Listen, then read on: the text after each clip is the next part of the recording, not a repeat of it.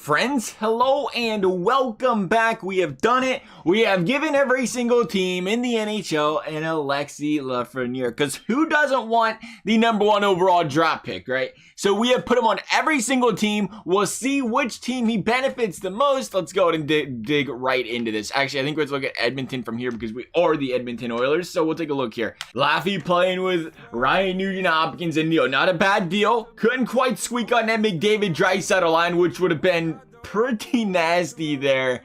Second lining it over there, spreading out the wealth over there in Edmonton as if they weren't already filthy enough offensively. Over in Anaheim, Lafreniere hitting that second line with Henrique and Terry. Arizona's throwing him straight on the first line, says, let's go. Bring it on, Alexi there. Keller and Phil Kessel with him. Boston Bruins can't make that first line. Of course not. There's 391 overalls there. But second line with Krejci, not a bad place to be. Fourth line. Okay, Buffalo. Bold strategy. You guys must have been like an offensive powerhouse last season. You just, none of us knew about it, and you had to put them on a fourth line. I get it. I understand. Second line here for Carolina. Columbus is throwing them on the third line. Columbus, we could use a little bit of help here, to be honest. Maybe the second line would be great. Calgary says second line with Monahan and Backlund. What a line that is there. They got some depth over there in Calgary now. Second line for Chicago is now seeing Jonathan Toews get the old demotion, according to EA. We have Lafreniere, Kadri, and Burakovsky. Couldn't quite make that first line in Colorado. Making that second line with Joe and Gary Knob there in Dallas. First lining it in Detroit. Kind of expected that. They're a little weaker team. Wenberg. Hello, Florida. Kopitar and Brown on the first line. First lining it in Minnesota. He is gonna play a season in the CHL in Montreal.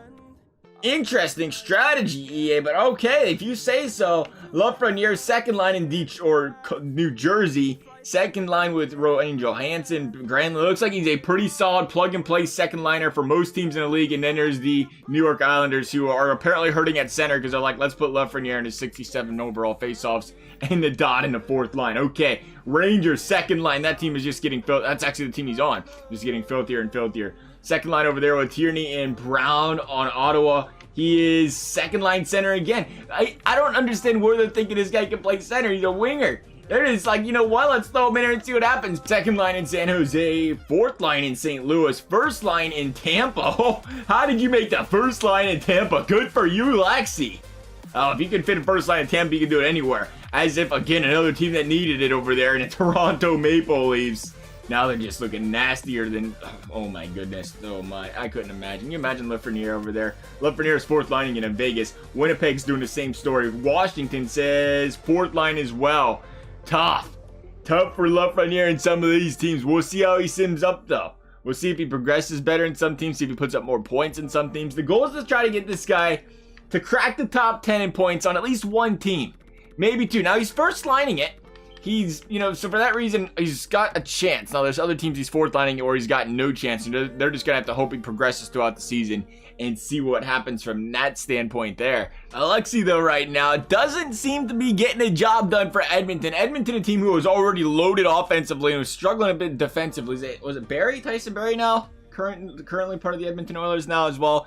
Must not be helping him out too much either, as they remain a 500 hockey club here.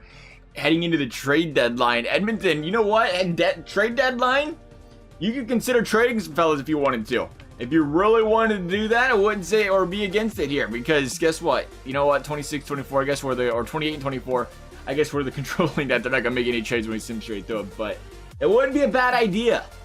It's so tough, though, to see any team do that in the league is when they're loaded offensively. Say, let's drop this stud forward and pick up a defender. You hear the rumors with the Leafs all the time. You wonder the same with the Winnipeg Jets and the Line A rumors all the time. Like, hey, you got Line A potentially walking them out the door, but they always want another forward in return when you could be going after that defense, help out Hellebuck over there, and trust in that first line putting up points. Granted, Wheeler continues to get older. Wheeler, one of the few power forwards in the league, though, who just keeps trucking along. He gets older, and it seems like he's not seeing much of a decline with it either, so good for him. Edmonton, they might make playoffs. They're not going to make playoffs. Let's say it's always a weak division here, so they could have just potentially missed it. McDavid said, how do you feel about 100 points? Just 100, though. 82 by 100, so the scoring's uploaded. 100 on the dot. Good for McDavid. You think that led the league? We'll see in a second. 99, 99, 93, and 93. Arizona did make it. Anaheim made it. That second liner and Adam Alexis there must have helped them out drastically. Edmonton missed playoffs. Vegas had handicapped them. Was Vegas one of the teams they fourth lined him? That's what they get. Put him on the fourth line, you ain't making playoffs. I get it. Colorado's seen 100 points. Winnipeg, Minnesota, and Dallas. So a lot of chalk there on, actually Minnesota a little bit higher in the goal. No, I was going to say higher, but 2.95 is not bad. Higher in the goal scoring department. Atlantic Division, we've seen Tampa, Toronto, and Buffalo. The addition of Taylor Hall and Lafreniere really boosted this team's output. 3.43 goals per game. They might have the most goals against per game as well, 3.2, at least in the playoffs. I see Ottawa's down there at 3.48, so definitely not in the league. Philadelphia, Pittsburgh, Carolina, Columbus, and the New York Rangers, who already have Lafreniere. The Capitals, another team that fourth lined him, not making playoffs. We're seeing a trend here. Don't fourth line Mr. Alexis Lafreniere if you want to make playoffs. We'll see if he led any sort of point categories here for teams. He was 61 for the Edmonton Oilers, but we were going the wrong direction if you want to see the entire league here. But as far as the entire league's concerned, is he anywhere to be found here? Did any team get a lot out of Lafreniere? Man, they must have tuned the scoring a little bit in this game, because we're seeing a lot of guys 90 plus, which it should be, because that's what's happening in the league these days. A lot more guys are putting up a lot more points. There's Alexi, 81 points for Arizona, killing it with Clayton Keller and Phil Kessel.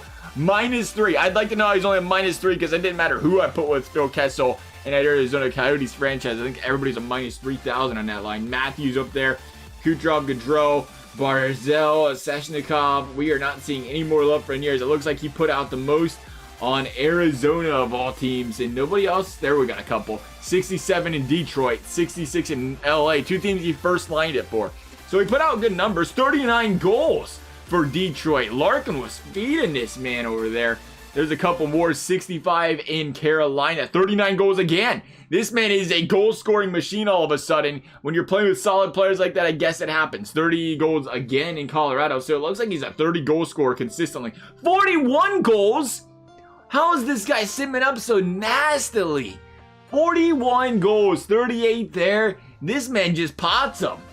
Good for him. He progressed pretty well for some of these teams. You gotta check out the overalls, I guess. 82. He stayed at an 83 there. Let's see what the progression was for a 40-goal season. That'd be a +2, right? Nope. Sticking at the 83 right there. 83 for the Calgary Flames one as well there. Continuing on. I don't remember who fourth lined him. I'd like to see the progression there. I'd imagine not as high getting the fourth line. Something we want to look into in the future. Edmonton, there he is again. 61 over, or 61 points. He stayed in the 82 and he second lined it. Though I guess it doesn't even matter there for being second line. He was still getting it. 59 for the Nashville Predators version. And the other two up to an 83 as well there. Again, 30 goals, 32, 23. Oh, that was Zuccarello. But 30 goals, 32. He's a 30-goal scorer coming into the league just instantly. Instantly is potting 30 goals for every team he plays for. I can't believe this. 36 there, 34 there. And just to confirm the stats, look at the shots. 85, 84, 87, 87. We have the proper shooting stats in here. For some reason, he is simming up crazy, though, when it comes to scoring goals for literally every team out here. There's the Dallas Stars one, 27 goals there. We're running out of players here. Boston's even potted 20. Everybody's enjoying a little Lafreniere there. 35 there for Florida. 29 for, or 28 for the Ottawa Senators. I tell you what, that's tough. Tough for the other goalies out there. Everybody's got to face a 30-goal scorer now this season. We got to finish up this, though. And Sue's winning the Stanley Cup with their newly added 30-goal scorer. Who would have guessed? Every team you went to, 30-goal scorer. I was thinking maybe 15 to 20 goals. You know, anywhere from 45 to, or 40 to, what would you say, 40 to 60 assists potentially there. And this guy said, how about 30? How about 41? How about 38? Good for Lafreniere. What do we got here? Central scouting rankings. That's fantastic. Glad to see it. We'll be scouting the next 31 Lafrenieres. The Penguins. Stanley Cup champions right there, fellas. There you have it. We have a Stanley Cup champion in the Pittsburgh Penguins. As for this video, though, guys, if you enjoyed it, I always would appreciate if you consider subscribing, liking the video. Never have to. Otherwise, thank you guys for watching. We'll see you next time.